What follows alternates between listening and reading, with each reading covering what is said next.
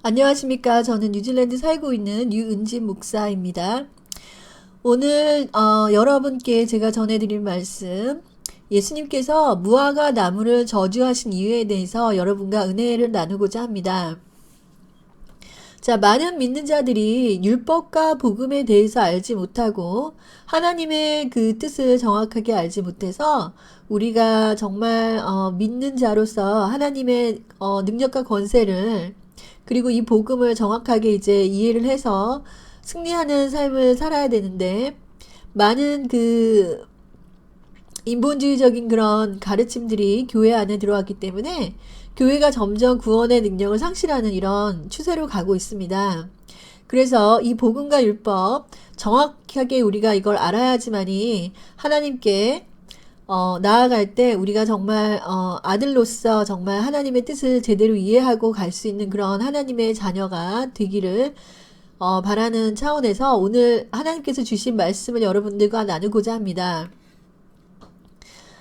일단은 제가 오늘은 제 양력에 대해서 잠깐만 저에 대해서 소개를 하겠습니다. 저의 최종 학년은 트리니티 칼리지 런던의 티솔 레벨 7, 이것은 영국의 석사 학위와 같은 그런 코스를 제가 밟았기 때문에 저는 뉴질랜드에서 영어 선생님으로 계속 일을 해왔고요. 그 다음에 이제 뉴질랜드에서 다른 공부를 한 것은 이제 비즈니스 디플로마 레벨 5를 공부를 했는데, 자, 이거를 이제 공부하면서 제가 이제 어워드를 받았습니다. 글로벌 어워드. 모든 과목에서 디스팅션을 받았기 때문에. 그 다음에 이제 뉴질랜드 최고의 사립, 재단이죠. 그 ACG 칼리지에서 영어를 가르쳤고, 이때 그 인터내셔널 스튜던트, 그러니까 많은 그 학생들, 대학교를 들어가기 위해서 영어를 공부하는 그런 많은 학생들, 특히 중국, 그 다음에 아시아인들이면 몽골, 그 다음에 남미 쪽 학생들, 그 다음 프랑스 학생, 그 다음 유러피안에서 러시아, 여러 여러 명의 여러 종류의 그런 인터내셔널 학생들을 제가 가르쳐 왔습니다. 그리고 이제 뉴질랜드에서 IELTS 강사로 일했고요. IELTS는 이제 토플, 그러니까 미국계 같으면 토플 그 대학교를 들어가기 위해서 언어 능력을 측정하는 그런 시험 수단으로 토플의 시험에 이제 맞먹는 그런 시험이죠. IELTS, 영국 쪽에서는 이제 IELTS를 주로 많이 이제 테스트를 보죠. 그 다음에 이제 AIC, 인터내셔널, 오클랜드 인터내셔널 칼리지에서 영어 티처로 일했고, 그 다음에 킹스웨이 칼리지, 공립학교에서는 킹스웨이 칼리지에서 이제 이스월 튜터로 일을 했고, 저는 장로 합동에서 목사 안수를 받았습니다. 한국에 있을 때. 그리고 한국에 있을 때 토익을 딱 한 번 봤습니다. 토익을. 왜냐하면 토익이 대부분 시험이 주일날 있죠. 그래서 저는 굉장히 신실한 크리스천이었기 때문에, 한국에서도 제가 이제 영어 강사를 하면서 이제 토익 점수를 봐야겠다고 하면서 이제 주일날에 예배를 이제 빼지를 못해서 딱 한 번, 딱 한 번, 정말 딱 한 번 시험 봤습니다, 토익을. 그때 이제 리스닝 만점 나오고, 리딩에서, 얼마가 틀렸는지 모르겠지만, 하여튼 495점이 만점이죠, 리스닝. 그 다음에 450점, 리딩 이렇게 해서 총, 940점. 토익 점수요. 990점이 만점입니다. 그래서 별로 나쁘지 않은 점수인 것 같아요, 제가 봤을 때는. 딱 한 번 이제 시험 봐서, 토익, 내가 어느 정도 이제 토익 점수가 나올까 궁금했는데, 다행히 이렇게 점수가 그때 딱 한 번 시험 봐서 이렇게 나오더라고요. 그래서, 그때도 이제 영어 선생님으로서 사람들이 계속 토익 점수가 있냐, 없냐, 이런 거를 많이 따졌어요. 근데 저는 다른 것보다 이제 주일 예배를 빠지는 거를 너무 싫어했기 때문에 토익 시험을 계속 미루다가 한 번 이제 이렇게 본 거죠. 그 다음에 한국에 있을 때 이제 대기업 대학원에서 제가 비즈니스 영어랑 토익을 계속 가르쳐 왔었고, 그 다음에 저는 순신대학교 성경 언어학과를 중퇴를 했습니다. 대신에 저는 영어 영문학과를 독학으로 공부해서 학사 학위를 가지고 있고요. 그 다음에 예일여고로 나왔습니다.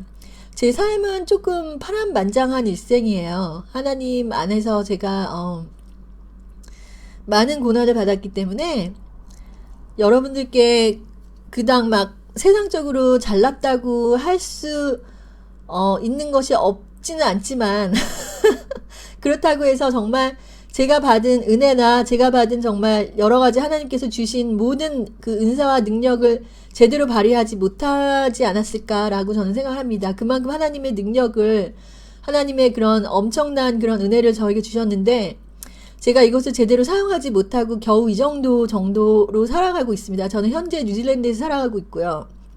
제가 이런 방송을 하는 것은 정말 많은 그런 성령님께서 주신 그 은혜와 그 지혜와 그런 능력의 말씀을 제가 혼자 가지고 있기에는 이제는 나이가 제가 거의 50대가 다 돼 갑니다. 그래서 이 믿음의 그런 그 비밀들을 이제는 후세와 함께 나눠야겠다는 생각에서 제가 이 방송을 시작을 하는 것입니다. 앞으로 하나님께서 어떻게 저를 인도해 나갈지는 모르겠습니다.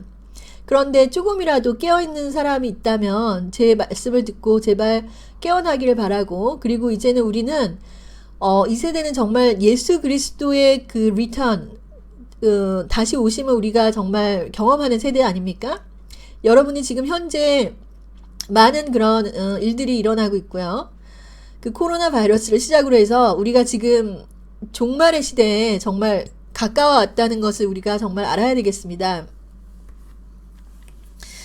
그래서 저도 이제 더 이상 이제 제 믿음과 제가 하나님께서 저에게 주신 이런 모든 그 은사와 말씀의 이런 지혜와 지식을 혼자 갖고 있기에는 정말 너무나 벅차고, 이제는 마지막이 되었기 때문에 정말 우리가 정말 정진을 해서 하나님의 일에 정말 참여를 하는 그런 믿는 자들이 이제는 되어야 되겠습니다. 자, 그래서 오늘은 예수님께서 무화과 나무를 저주하신 이유에 대해서 제가 증거를 해드릴 텐데요.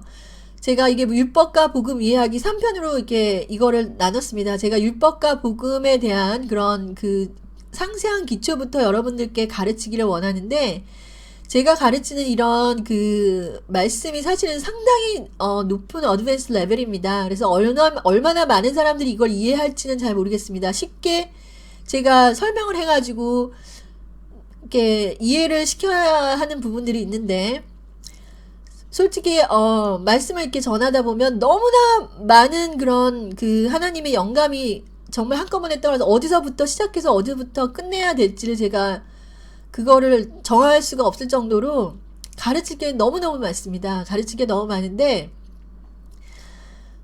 정말 끝이 없을 정도로 이게 말씀의 그 지혜가 흘러나오기 때문에 이게 한번 시작하면은 이게 그 뭐 1시간 2시간 계속해서 이렇게 지금 나올 수가 있어요. 그래서 영감 설교고 이것도, 그래서 제가 최대한 이렇게 프레젠테이션을 이렇게 만드는 이유가 제가 절제하기 위해서 하는 거예요. 절제하기 위해서. 아니면 말을 하다가 끝이 없기 때문에 제가 이제 오늘은 슬라이드를 한 10개 정도에서 해서 해야 되겠다라고 했는데, 예수님께서 무화과 나무를 저주하신 이유와 열매 맺는 방법까지 제가 오늘 이 지금 설교라고 할까, 가르침, 티칭에서 커버를 하려고 했는데 이제 또 슬라이드를 만들다 보니까 너무너무 길어지는 거죠.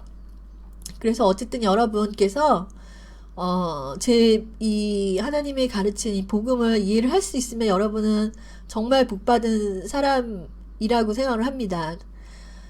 네, 그래서 일단은 자, 마태복음 21장 18절에서 20절을 보겠습니다. 이른 아침에 성으로 들어오실 때 시장하신지라 길가에서 무화과 나무를 보시고 그리로 가사 잎사귀 밖에 아무것도 찾지 못하시고 나무에게 이르시되 이제부터 영원토록 열매를 맺지 못하리라 하시니 무화과 나무가 곧 마른지라 제자들이 보고 이상히 여겨 이르되 무화과 나무가 어찌하여 곧 말랐나이까. 자, 봅시다 여러분. 우리가 무화과 나무를 예수님께서 저주하신 그 일은 우리가 이미 알고 있죠. 그래서 제자들이 깜짝 놀랐죠. 어떻게 이렇게 무화과 나무가 말랐습니까? 근데 예수님께서 왜 하필이면 무화과 나무에다가 저주를 하셨을까?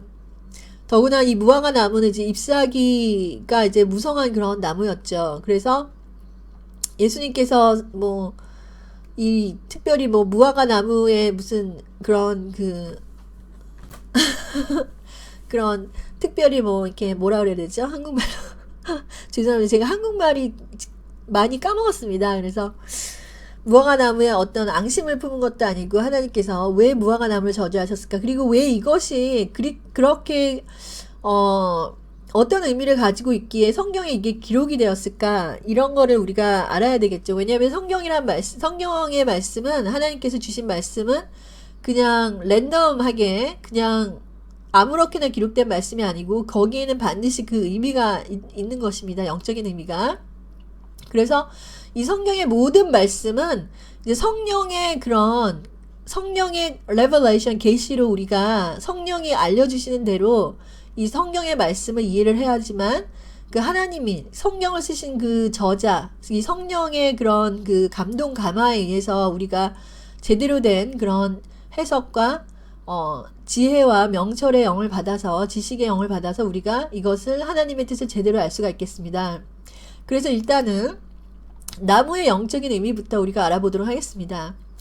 다시 말씀드리지만 무화과 나무가 도대체 무엇이고 잎사귀가 무성한 게 도대체 무엇이고 왜 예수님이 이것을 저주했느냐라는 이런 그런 비밀을 알기 위해서 우리는 성령의 계시로 성령을 이해해야 되는데 그러기 위해서는 성령 세례를 반드시 받아야 되겠습니다. 그래서 우리가 성령 세례가 오시면은 하나님께서 꿈으로 환상으로 말씀으로 모든 비밀을 우리에게 말씀을 하시는 것입니다.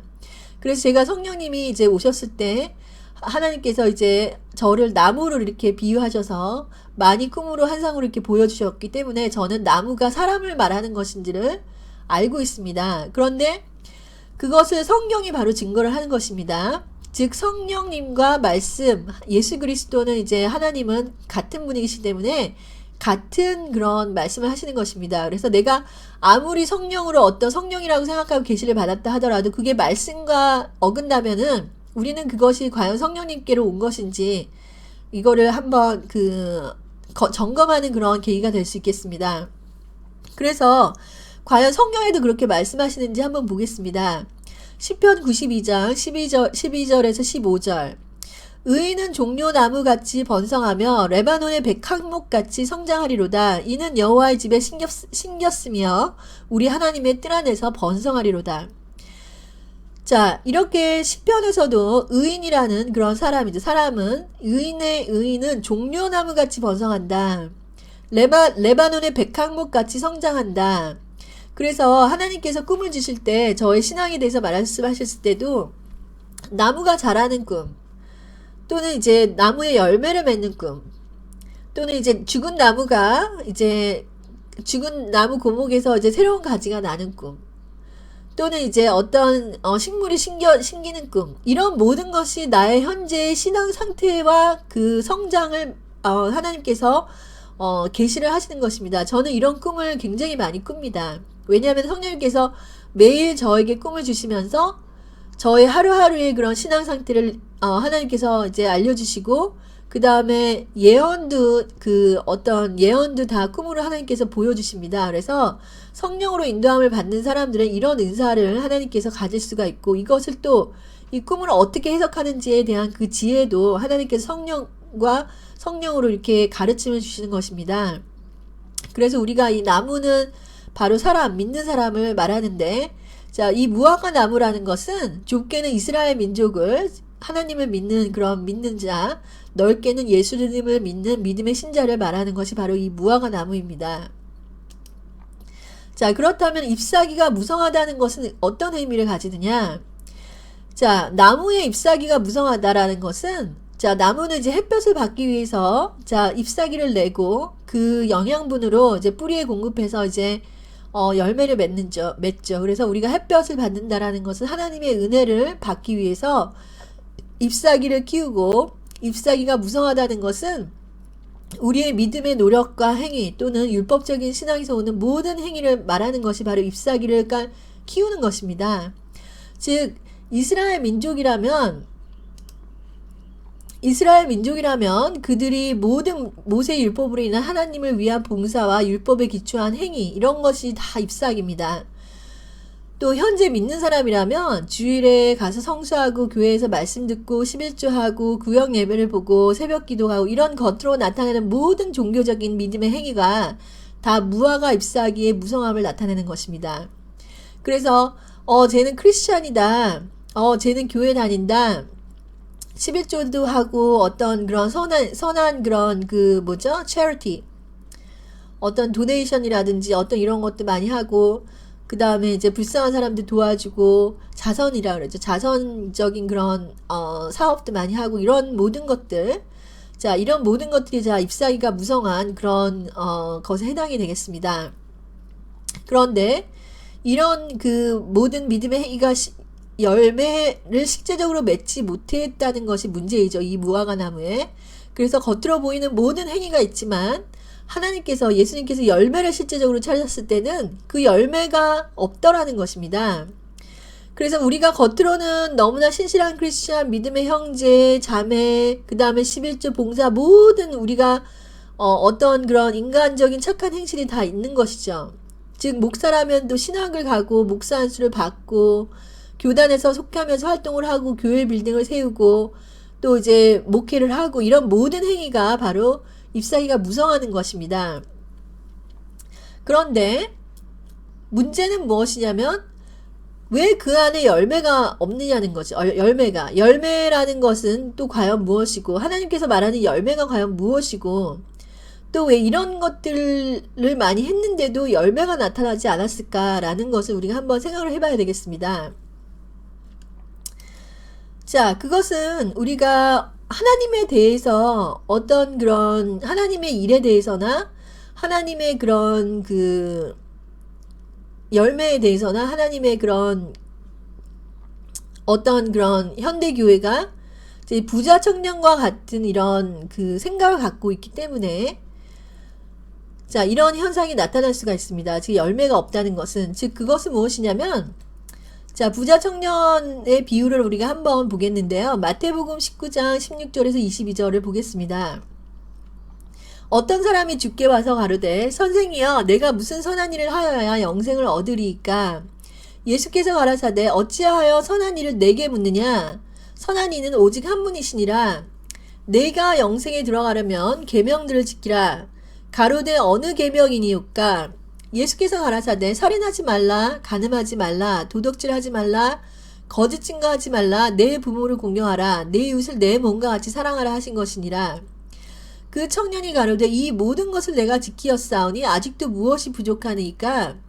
예수께서 가라사대 내가 온전하고자 할진대 가서 내 소유를 팔아 가난한 자들을 주라. 그리하면 하늘에서 보화가 내게 있으리라. 그리고 와서 나를 쫓으라 하시니 그 청년이 재물이 많음으로 그 말씀을 듣고 근심하며 가니라. 이렇게 말씀하셨죠. 자, 마태복음에 나오는 이 말씀 여러분 우리가 지금 현재 예수님이 오신다면 우리가 예수님께 무엇을 물을 수 있을까요? 자, 우리가 신앙인으로서 예수님한테 항상 묻는 것은 여러분 무엇입니까? 여러분 교회에 왜 나오십니까? 자, 이 사람은 예수님한테 묻는 것이 어떤 선한 일을 행해야지만 영생을 얻을 수 있습니까? 라고 물었습니다. 자, 어찌하여 그 선한 일을 근데 그렇죠. 그래서 이 청년이 무슨 선한 일을 하여 영생을 얻으리까? 이 청년의 고민은 내가 어떻게 더 선한 일을 하면은 하나님께 인정을 받아서 내가 구원을 영생을 얻을 수 있을까라는 이런 그런 고민을 한 사람입니다. 그런데 놀랍게도 예수님께서 이 말이 굉장히 불편했습니다. 그래서 나 같으면 정말 제가 예수님이 너는 정말 대견하다. 어떻게 그렇게 올바른 생각을 가지고 어떻게 똑바로 살려고 노력을 하니까 이렇게 나한테 이런 것을 묻는구나 라고 칭찬을 했을 것 같아요. 제가 예수님이라면. 그런데 예수님께서 오히려 어찌하여 선한 일을 내게 묻느냐? 선한 이는 오직 한 분이시니라. 오히려 경책하는 듯한 말을 이 청년에게 합니다. 이 말을 우리가 정말 하나님의 이 말씀을 정말 우리가 정말 뭐라 그러지? 이거 유의하게 봐야 됩니다. 저도 이제 크리스찬으로서 항상 예수님한테 이렇게 물었던 것 같습니다. 이 청년처럼 내가 어떻게 착하게 살아야지만 내가 어떻게 올바로 살아야지만 하나님께 인정받고 제가 구원을 얻을 수 있을까라는 정말 이런 질문을 저도 상당히 많이 했습니다. 그런데 예수님께서는 그 질문이 너무나 불편한 거예요. 근데 그게 왜 불편하냐면 하나님이 생각하는 선과 우리가 생각하는 선이랑 너무나 큰 차이가 있는 거예요. 그러니까 예수님께서 바라보는 그런 그 선의 기준하고 내가 생각하는 선의 기준하고는 전혀 맞지가 않는 것입니다. 그래서 예수님께서는 어찌하여 너는 네가 선한 일을 해서 네가 천국 갈 수 있다고 생각하느냐 이렇게 차라리 말씀을 하셨어야 된다고 생각을 해요. 왜냐하면 선한 이는 오직 한 분밖에 없다. 네가 어떻게 해서 네 선함으로 하나님의 그런 선한 그 행위를 네가 어떻게 네 선한 것으로 그 선을 이루어서 영생을 갈 수 있다고 생각하느냐 이 말을 예수님께서 하신 것입니다. 저는 이거를 처음에는 몰랐죠. 이런 복음을 이런 하나님의 마음을 몰랐기 때문에 저도 이 부자 청년과 같은 생각을 했습니다. 많은 그런 크리스천들이 이런 생각을 가지고 교회에 오고 있다고 생각을 합니다. 아마 이런 생각을 가지고 있지 않고 교회에 오는 사람들은 아마도 어떤 마음으로 오는지는 잘 모르겠습니다. 아마 무슨 예수님 받아서 복 받아가지고 뭐 이렇게 하는 것 같은데 실제적으로 우리가 올바로 살아야 되는 인간이 어떻게 하면 의를 가질 수 있고 하나님께 어떻게 하면 인정을 받을 수 있고 우리가 이런 기본적인 그런 구원에 대한 그런 의에 대한 이런 추구함이 없이는 우리가 예수를 믿는다고 할지라도 과연 그 사람이 이 의의 도를 과연 알게 될 것인가를 우리가 정말 의심을 해봐야 되겠죠. 그래서 예수님께서는 그 질문이 불편하셨기 때문에 그 청년의 레벨에 맞춰가지고 이제는 말씀을 하십니다. 자, 내가 생명에 들어가려면 계명들을 지켜야 되는 걸 너가 알고 있지 않냐? 가로되 어느 계명입니까? 라고 이제 청년을 물었습니다. 이 부자 청년은 그 안에 뭐라고 해? 자기가 이때까지 지켜온 그 계명으로 내가 천국을 갈 수 있다고 믿었습니다. 왜냐하면 그 율법, 모세 율법에서는 다 그렇게 가르치기 때문이죠. 왜냐하면 이스라엘과 하나님의 그런 그 관계, 커버넌트는 바로 율법의 커버넌트죠. 율법의 언약으로 이스라엘과 이제 언약을 맺었습니다. 그렇기 때문에 이 부자 청년은 마찬가지로 그 율법을 너무나도 잘 알고 있겠죠. 그런데 예수님께서 가라사대 또 그 율법을 예수님께서 반복을 하십니다. 살인하지 말라, 간음하지 말라, 도둑질하지 말라, 거짓 증거하지 말라, 내 부모를 공경하라, 내 이웃을 내 몸과 같이 사랑하라 하신 그 계명들을 완전하게 지켜야지만 영생을 사지신을 얻을 수 있다 이렇게 말씀하신 것이죠. 그런데 예수님께서 이렇게 말씀하신 그 계명의 그 기준이라는 것은 예수님께서 산상수훈에도 말씀하셨지만 내 마음에 형제를 미워하는 것만으로도 미워한 것만으로 살인한 것이라고 예수님께서 말하는 그 기준으로 말하는 것입니다. 근데 예수님이 보기에는 이 청년이 그런 기준으로 과연 그 계명을 지켰을까요? 전혀 아니죠. 그러니까 예수님께서는 이 청년이 아무리 노력을 해도 그런 하나님의 그런 그 기준, 하나님이 원하는 기준에 이 청년이 가지 못한다는 것을 알고 있습니다. 그런데 이 청년은 놀랍게도 이 모든 걸 내가 지켰다고 하지 않습니까? 아직도 무엇이 부족합니까? 이런 청년이 아무리 이런 걸 지켜도 자기 스스로 부족함을 느꼈겠죠. 그러니까 예수님께 또 물었겠죠. 그랬더니 예수님께서 가라사대 내가 온전하고자 할진대 가서 내 소유를 팔아 가난한 자들을 줘라. 그리하면 하늘에서 보화가 내게 있고 나를 쫓으라고 하셨죠. 그래서 청년이 자기가 이런 것을 모두 지켰다라고 했을 때는 이 청년은 정말 율법적인 거의 그 수준에서 벗어나지를 못하는 것이죠.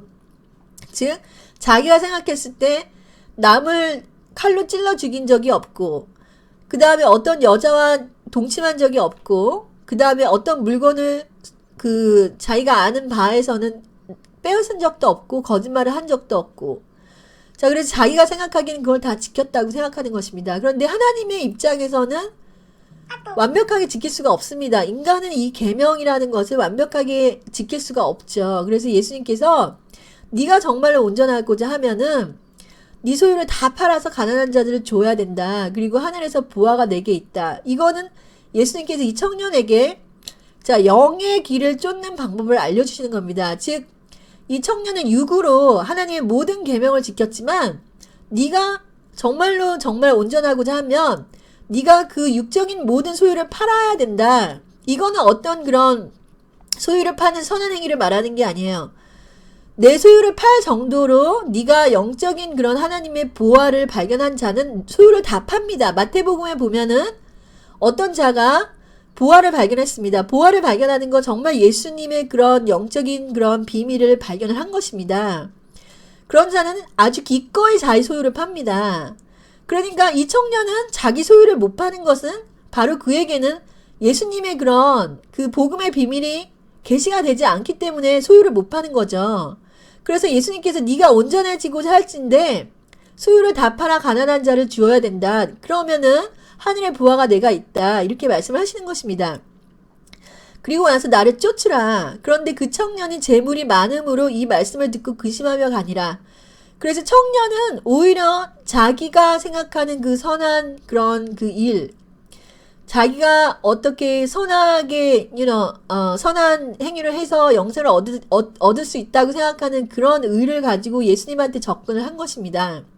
그렇더니 예수님께서는 그 청년의 기준대로 네가 이 계명을 다 지켰느냐, 그리고 네가 정말 계명을 온전하게 지키려면 이것까지 해야만 되는 거다.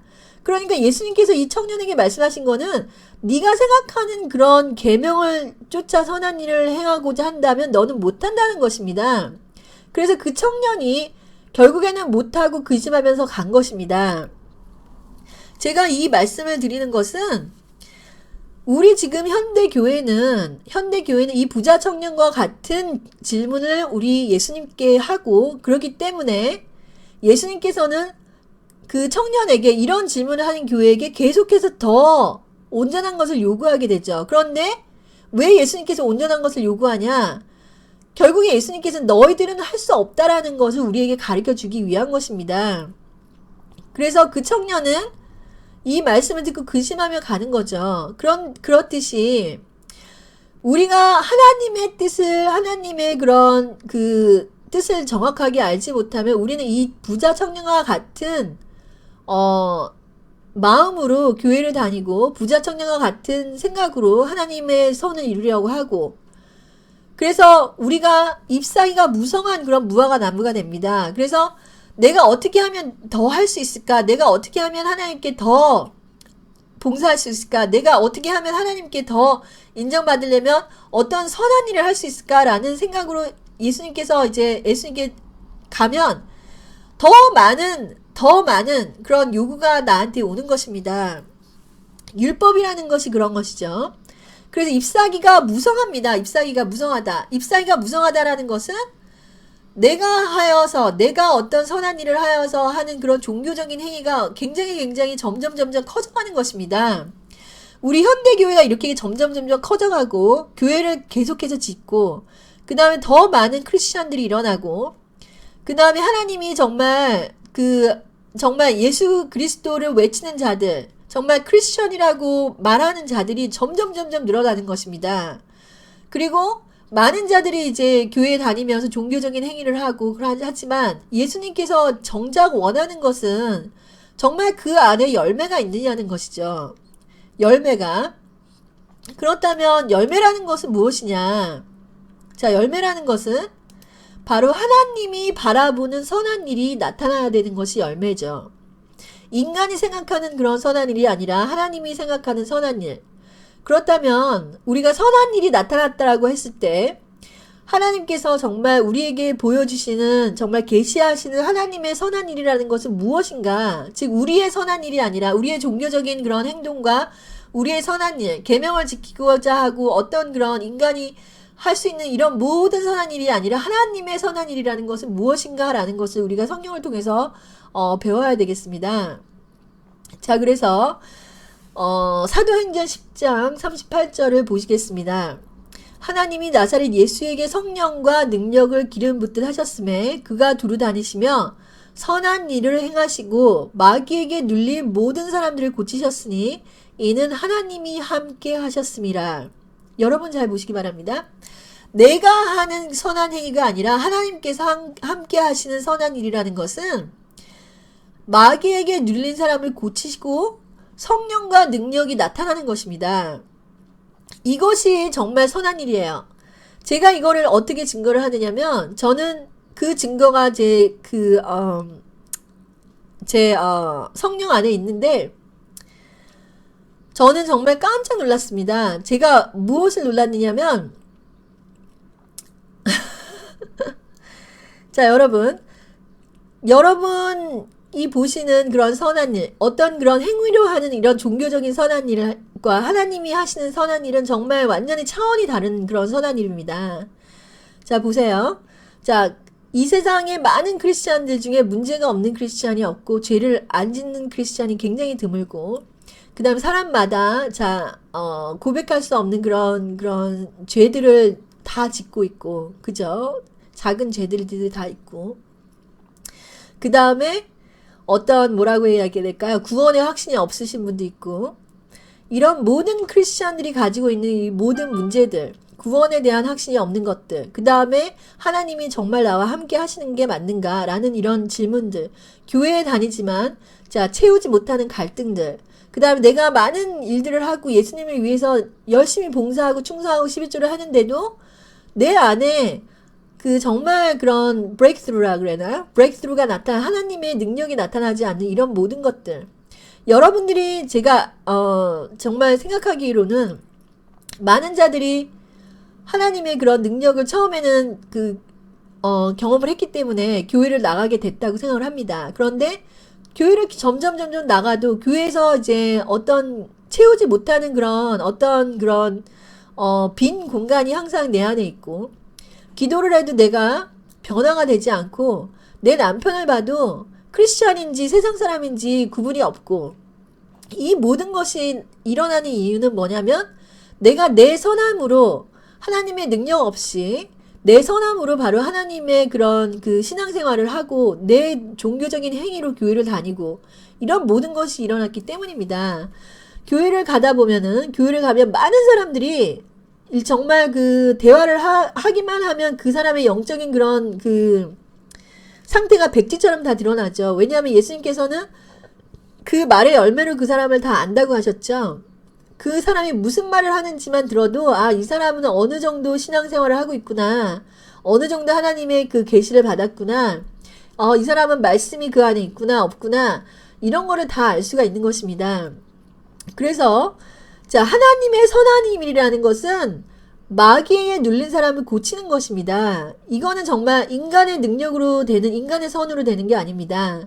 저는 이제 원준산 성교사님의 그런 성령님의 그런 뭐죠? 치유의 은사 이런 거를 보면서 선한 일이다. 하나님의 선한 일을 나타냈다는 것은 마귀의 일을 멸하는 것입니다. 여러분 이거는 상당히 놀라운 선한 일이에요. 놀라운 선한 일. 여러분들에게 묻겠습니다. 여러분 마귀의 정체가 무엇이고 마귀가 여러분에게 어떤 것을 주고 여러분 생활에 마귀가 어떻게 역사하는지를 여러분이 그것을 보고 영적인 싸움을 하고 그것을 물리치고 어떤 그런 성령의 능력으로 자기가 거기에서 어떤 해방을 받고, 그렇죠? 또 믿지 않는 그런 아주 그냥 마귀 역사가 아주 그냥 많은 사람들, 기도하면은 그 마귀를 물리치고 병을 고치고 이런 일들이 하나님이 보시기엔 선한 일이에요. 근데 어떤 사람들이 이런 일이 나타나면은 이게 무슨 축사를 하느니 어떤 은사주의니 이런 말을 하면서 하나님의 성령의 능력을 부인하는 이런 부인하는 그런 말을 하기도 하지만, 선한 일이라는 것은 마귀에게 눌린 사람을 고치고 그 마귀에게 눌린 사람을 고치면은 소경인 된 자가 보게 되고 기멍어린 자가 듣게 되고, 여러분 뭡니까 이것은? 여러분의 영적인 눈이 띄어지고 여러분의 영적인 귀가 트여지고 하나님의 음성을 들을 수 있고 하나님의 천국을 볼 수 있는 그런 자가 되는 것입니다. 이것은 영적인 그 소견과 영적인 그런 귀머거리. 자, 영적인 우리가 영의 세계가 있다는 것을 우리가 반드시 알아야 되는 거예요. 반드시. 그렇게 되면은 이게 영의 분별이 가능한 거죠. 이게 마귀에게로부터 왔는지 하나님으로부터 왔는지 분별이 가능한 것입니다. 자, 그래서 빌립보서 1장 6절에서 11절을 한번 보시겠습니다. 너희 속에 착한 일을 시작하신 이가 그리스도 예수의 날까지 이루실 줄을 우리가 확신하노라. 내가 너희 무리를 위하여 이와 같이 생각하는 것이 마땅하니 이는 너희가 내 마음에 있음이며 나의 매임과 복음을 변명함과 확정함에 너희가 다 나와 함께 은혜에 참여한 자가 됨이니라. 내가 예수 그리스도의 심장으로 너희 무리를 어떻게 사모하는지 하나님이 내 증인이시니라. 내가 기도하노라. 너희 사랑을 지식과 모든 총명으로 점점 풍성하게 하사 너희로 지극히 선한 것을 분별하며 또 진실하여 허물 없이 그리스도의 날까지 이르고 예수 그리스도의 말미암아 의의 열매가 가득하여 하나님의 영광과 찬송이 되게 하시기를 구하노라. 자, 여러분 이 말씀을 자세히 보셔야 돼요. 너희 속에 착한 일을 시작하시니, 그러니까 우리가 착한 일을 하는 게 아니라 착한 일을 시작한 이가 있다. 그것이 바로 성령이십니다. 성령님이 오셔야지만이 착한 일이 뭔지를 보여주시고, 우리의 착한 일이 아니라 성령님의 착한 일, 성령님의 하나님의 의가 나타나는 것입니다. 나의 의가 아니라 나의 의라는 것, 하나님의 일하는 것, 제가 저번에 복음이란 무엇인가 해서 정확하게 말씀드렸습니다. 더 깊은 영적인 말씀을 제가 전할 수 있습니다. 자, 하나님의 일이 나의 일이 아니라 나의 의가 아니라 하나님의 의가 나타나야 된다. 근데 나의 의에는 이런 모든 복음의 계명이 다 포함되는 거야. 내가 하는 일들, 내가 착하게 도덕적인 그런 계명, 도덕적인 그런 원리를 지키며 살아가는 일이 다 나의 착한 일입니다. 그런데 내 안에 성령님께서 하시는 착한 일은 그거와 차원이 다르다라는 것입니다. 그 착한 일을 시작한 그 성령님께서 그리스도 예수의 날까지 이루신다. 그러면은 성령님께서 이루시는 착한 일은 무엇이냐? 그것은 바로 우리의 육을 죽이는 일이에요. 우리가 우리의 육을 십자가에 죽이는 일입니다. 그런 우리의 육이 죽어야지만이 영이 살아나는 거예요. 그래서 이 육을 죽이는 것이 착한 일이다. 육을 죽인다는 것은 무엇이냐? 제가 말씀드리죠. 이 육은 바로 마귀에게 우리가 통치함을 받는 것이, 이 마귀는 이런 모든 보이는 세계에서 이제는 왕입니다. 그래서 이 마귀에게 눌린 것들, 우리가 육에 끌려가는 이 모든 것들을 이 성령님께서 영으로, 이 육적인 것을 영으로 이 육의 일을 멸해야 되는 것입니다. 그러니까 이런 거를 우리가 할 수 있는 게 아니에요. 성령님께서 오셔서 하는 것입니다. 그래서 착한 일은 우리가 하는 게 아니라 착한 일을 시작하신 성령님께서 그 스스로 우리에게서 이루시는 것입니다. 그렇기 때문에 우리는 무엇이냐? 우리는 이런 그런 성령님의 그런 그 디자이어대로 따라가야 됩니다. 성령님의 그런 그 육신의 소욕을 쫓지 않고 성령의 그런 그 성령을 따라서 우리가 계속해서 서미팅을 하는 것입니다. 그래서 내가 너희 무리를 위하여 이와 같이 생각하는 것이 마땅하니 이는 너희가 내 마음에 있음이며 나의 매임과 복음을 변명함과 확정함에 너희가 다 나와 함께 은혜에 참여한 자가 됨이라. 내가 예수 그리스도의 심장으로 너희 무리를 어떻게 사모하는지 하나님이 내 증인이시니라. 그러니까 내 안에 성령님께서 이미 다 아는 거죠. 내 마음을. 내가 기도하노라. 너희 사랑을 지식과 모든 총명으로 점점 풍성하게 하사. 우리가 하나님을 사랑하고 그를 따라가고 그 성령님을 따라가면 성령님께서는 지식과 총명으로 우리에게 주십니다. 제가 말씀드리지만 제가 예수님, 그러니까 그 성령을 받고서 예수님께서 그 성령을 쫓아가다 보니까 예수님께서 주신 것이 바로 지혜의 은사. 이 지금 모든 성경을 이제 깨닫게 알고 하는 지식의 은사. 그래서 우리는 이제 선한 것을 분별할 수가 있다. 제가 영분별에서도 나타났죠. 만민중앙교회 그 영분별을 정확하게 하는 방법을 제가 알려드렸습니다. 그래서 지극히 선한 것은 예수님의 것을, 하나님의 것을 분별해야 돼요. 제가 말씀드리는 것이 지금 분별하는 것이에요. 인간의 선한 일을 하고 하나님의 지극히 선한 것을 정확하게 분별할 수 있어야 됩니다. 이것이 하나님께로 왔는지 인간에게로 왔는지, 인간의 선을 말하는 것인지 하나님의 선함을 말하는 것이 영의 것인지 유의 것인지를 지극히 선한 것을 분별해야 돼요. 또 진실하여 허물 없이 그리스도의 날까지 이르고 예수 그리스도로 말미암아 의의 열매가 가득하다. 즉 하나님의 의가 나에게 나타나야 된다. 그 하나님의 의라는 것은 내가 하는 것이 아니라 예수 그리스도로 말미암는 의가 나타나야 되는 거예요. 그래서 하나님의 영광과 천성이 되게 하시기를 구하노라 그랬죠. 그래서 선한 일이라는 것을 우리가 정확하게 우리가 영적으로 성령님으로 계시를 받지 않고 자꾸만 육의 것으로 이것을 바꿔가지고 율법적인 신앙으로 바꿔가지고 이걸 계속하다 보면 여러분들은 계속해서 영을 죽이는 그런 현상이 나타납니다. 점점 성령 충만했다가 성령이 점점 떨어져요. 그래서 교회를 다니면 이상하게 성령 충만이 오는 것이 아니라 계속해서 갈급함이 오게 됩니다.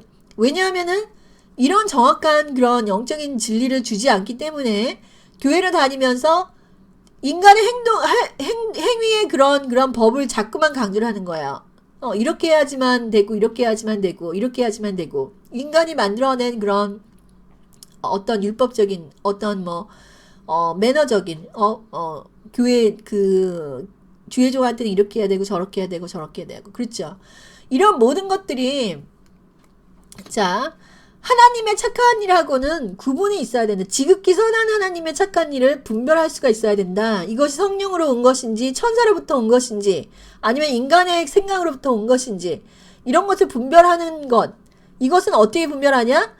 우리가 성령님께 우리의 그런 영으로 우리의 소욕을 따라가는 것이 아니라 영을 따라가다 보면 성령님께서 이 모든 그의 지식과 모든 총명을 우리에게 계시를 하시는 것이죠. 그래서 자, 이런 선한 일을 우리가 동참을 해야 되는데 우리가 여기서 또 중요하게 볼 것은 무엇이냐면 자, 율법은 하지를 못하는 것입니다. 율법이라는 것은 제가 뭐라고 했습니까? 여러분들이 생각하는 그 이스라엘 민족에게 주어진 모세의 물법이나 제사 의식을 제가 말씀드리는 것만은 아니라고 말씀했죠. 율법이라는 것은 인간의 행위, 즉 이스라엘 민족이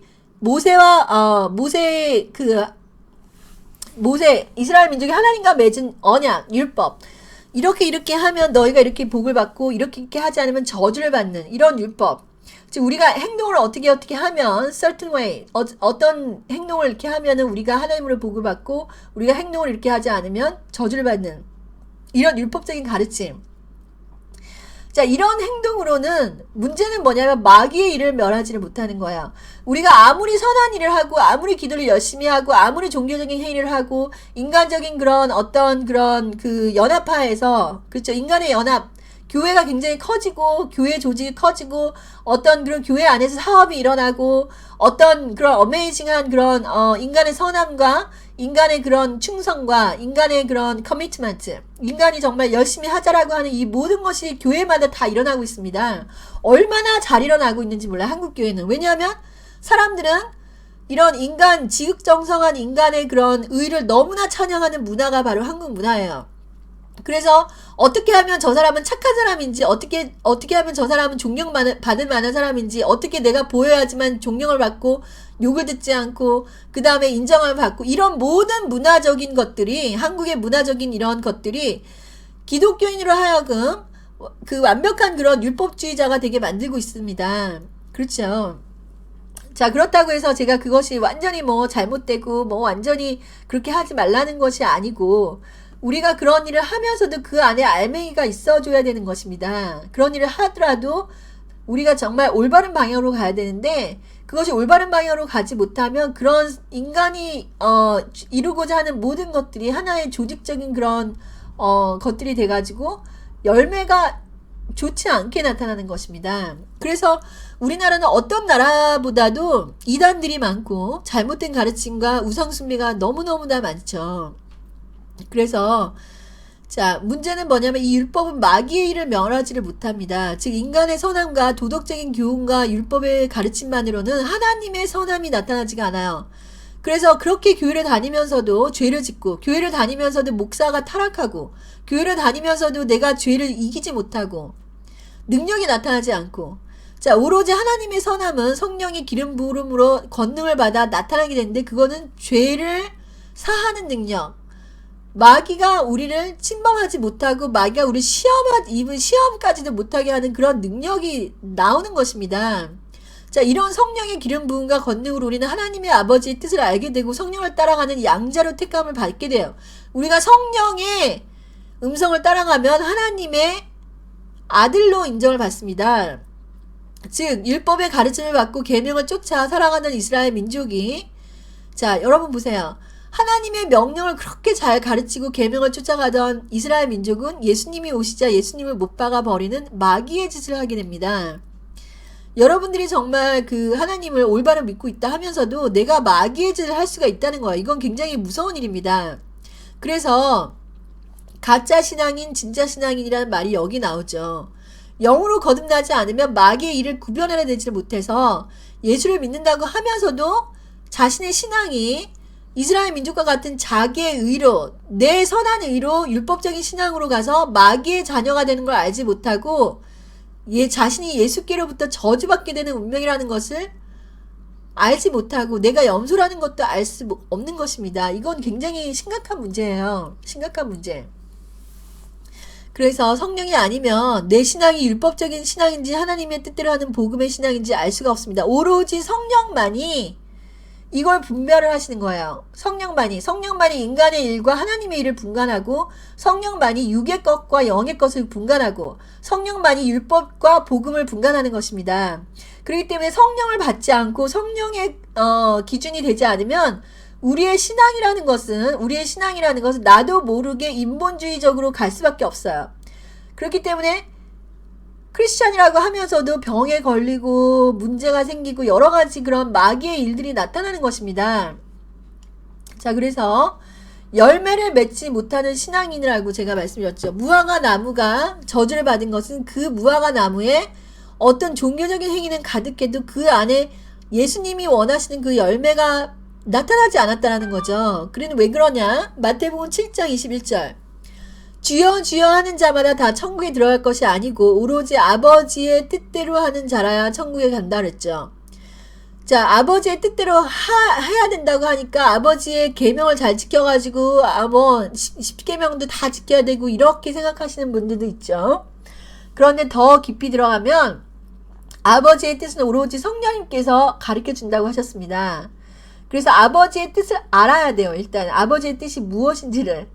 그 아버지의 뜻도 모르고 선교하고 전도하고 무슨 성경을 막 머릿속에 넣어가지고 암송하고 그렇게 가는 것이 아니에요. 그렇게 가는 것이 아버지의 뜻을 정확하게 알아야 되고, 그 아버지의 뜻은 성령님의 조명을 없이는 그 아버지의 뜻을 알 수가 없다는 것입니다. 마태복음 25장 31절에서 34절 봅시다. 인자가 자기 영광으로 모든 천사와 함께 올 때 자기의 영광의 보좌에 앉으리니 모든 민족을 그 앞에 모이고 각각 분별하기를 목자가 양과 염소를 분별하는 것 같이 하여 양은 그 오른편에 염소는 왼편에 두고, 그때 임금님이 그 오른편에 있는 자에게는 내 아버지께 복받은 자들이여 나와 창세로부터 너희를 위하여 예비된 나라를 상속하라고 하셨죠. 또 왼편에 있는 자들에게는 저주를 받은 자들이여 나를 떠나 마귀와 그 사자를 위하여 예비된 영원한 불에 들어가라.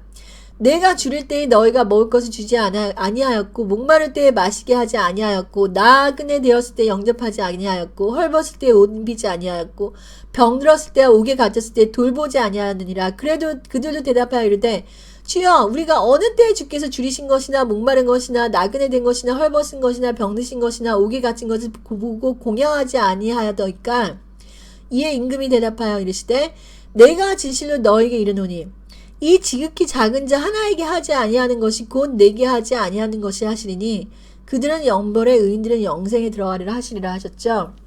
이 말만 들어보면 우리가 줄일 때 가난한 자들에게 체러티 자선을 주고 목마른 자들이면은 물을 갖다 주고, 자 홈리스 피플, 그 다음에 그들이 나그네 되었을 때나 그 병들었을 때 옥에 갇혔을 때 감옥에 가서 이제 전도하고 자 이런 모든 것들을 해야 되는 것처럼 이렇게 들립니다. 그런데 이거는 영적인 비밀을 몰라서 성령님에 의해서 해석한 것이 아니라 우리의 인간적인 그런 이 말씀 하나님의 말씀을 인간적인 생각으로 인간적인 차원에서 해석하면은 그렇다면 여러분 어떤 사람이 천국을 갑니까? 자선 사업을 많이 한 사람이 천국을 가겠죠. 그런 말씀이 아니에요.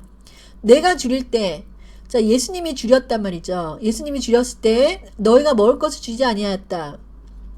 하나님의 말씀을 우리가 주지 않는 것입니다. 영의 말씀을 진리를 우리가 선포를 하지 않는 것입니다. 목마를 때, 자, 너희가 목마른 자는 다 내게로 오라고 하셨죠. 예수님의 진리를 우리가 배고픈 자, 헐벗고 굶주리는 자에게 진리를 전파하지 않았다. 나그네 되었을 때 영접하지 않았다. 나그네 되었을 때, 자, 무리에서 떠나가서, 자, 홀로 있는 자들, 그들을, 영접하지 아니하고, 배척하고, 헐벗었을 때 옷 입히지 않아요. 옷이라는 건 의의 옷을 말하는 거예요. 우리의 영의 의의 옷이 하나님께서는 우리에게 구원을 받았을 때 우리에게 흰 옷을 주지 않습니까? 의의 옷을 입히지 않고 병들었을 때 옥에 갇혔을 때 영의 옥에 갇혔을 때 마귀에게 눌려서 옥에 갇혔을 때 돌보지 아니하였다. 이것은 다 무엇이냐?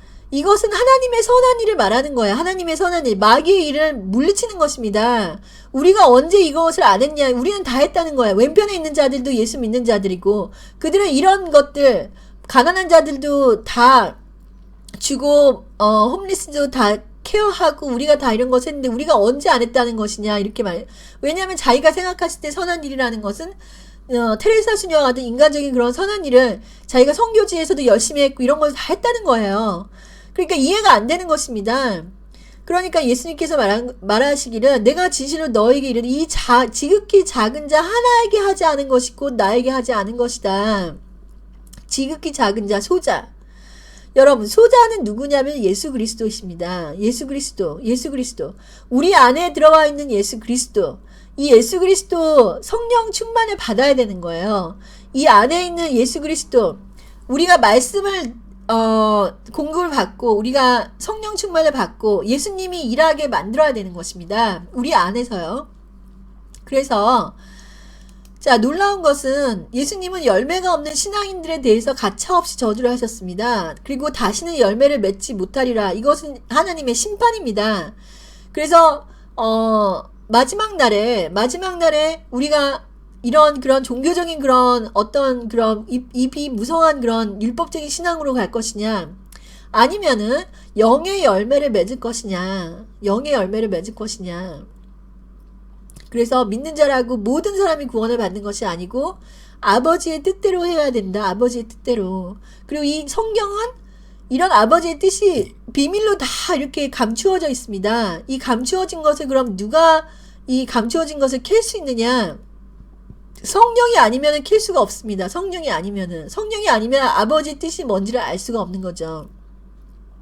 성령님은 거짓을 증거하는 영이 아닙니다. 조금이라도 바이블 그 성경에 거슬리는 것들, 성경에 상충되는 것들을 말하지가 않는 거예요. 그래서 하나님의 말씀이 신실하시고 정직하시다. 이것을 내 안에 있는 성령님께서 증거를 하시는 거예요. 착한 일을 시작하시는 성령님께서. 나는 그렇게 정확한 그런 성경적인 지식이나 어떤 그런 정확한 그런 걸 모르지만 성령님께서는 아시는 거죠. 그렇기 때문에 중요한 것은 무엇이냐? 항상 우리가 생명의 성령의 법을 따라가야 된다. 생명의 성령의 법을 따라가지 않고서는 우리가 율법적인 신앙으로 점점 갈 수가밖에 없는데 생명의 성령의 법이라는 것은 우리의 육을 죽여야 되는 거예요. 성령님이 오시면은 성령님께서는 우리의 육의 그런 소욕을 계속해서 반대되기 때문에 그것과 대적합니다. 육의 소욕을 대적한다는 거죠. 그래서 교회 다니면서 내가 사람들한테 잘 보이려고 하는 것들, 이런 모든 것들이 교만인 것이요. 교만. 이런 것들이 마귀적인 것입니다. 그렇기 때문에 교회를 가면 굉장히 고통스러워요. 왜냐하면 모든 사람들이 어떤 그런 세상적인 그런 밸류로 사람들을 평가하고 세상적인 그런 어떤 선함으로 사람들을 평가하고 근데 오히려 그거를 영적인 차원에서 보면은 그게 다 마귀들의 일인 것이죠. 마귀들의 일. 그러니까 이게 지금 교회가 지금 어떻게 가고 있냐는 것이 지금 굉장히 정말 모든 교회가 다 그렇다는 것은 아니죠. 모든 교회가 다 그렇다는 것은 아니지만 우리가 하나님 안에서 지극히 선한 것이 무엇인지를 분별하는 그런 신앙인들이 되어야 되겠습니다. 그래서 자, 열매 맺는 원리에 대해서 제가 오늘 이 설교에서 이 가르침에서 여러분과 쉐어하는 이런 과정에서 알려드리려고 했는데 이게 지금 너무나 또 이게 방대하다 보니까 다음에 제가 열매 맺는 원리에 대해서 일단은 여러분들께 알려드리고 어떻게 하면 열매를 맺을 것이냐, 우리가 열매 맺지 못하는 신앙인이 어떻게 하면 열매를 맺을 것이냐에 대한 것을 우리가 정확하게 알아야지만이 하나님의 뜻대로 이제 갈 수가 있겠죠. 그래서 우리가 이런 그 무화과의 저주가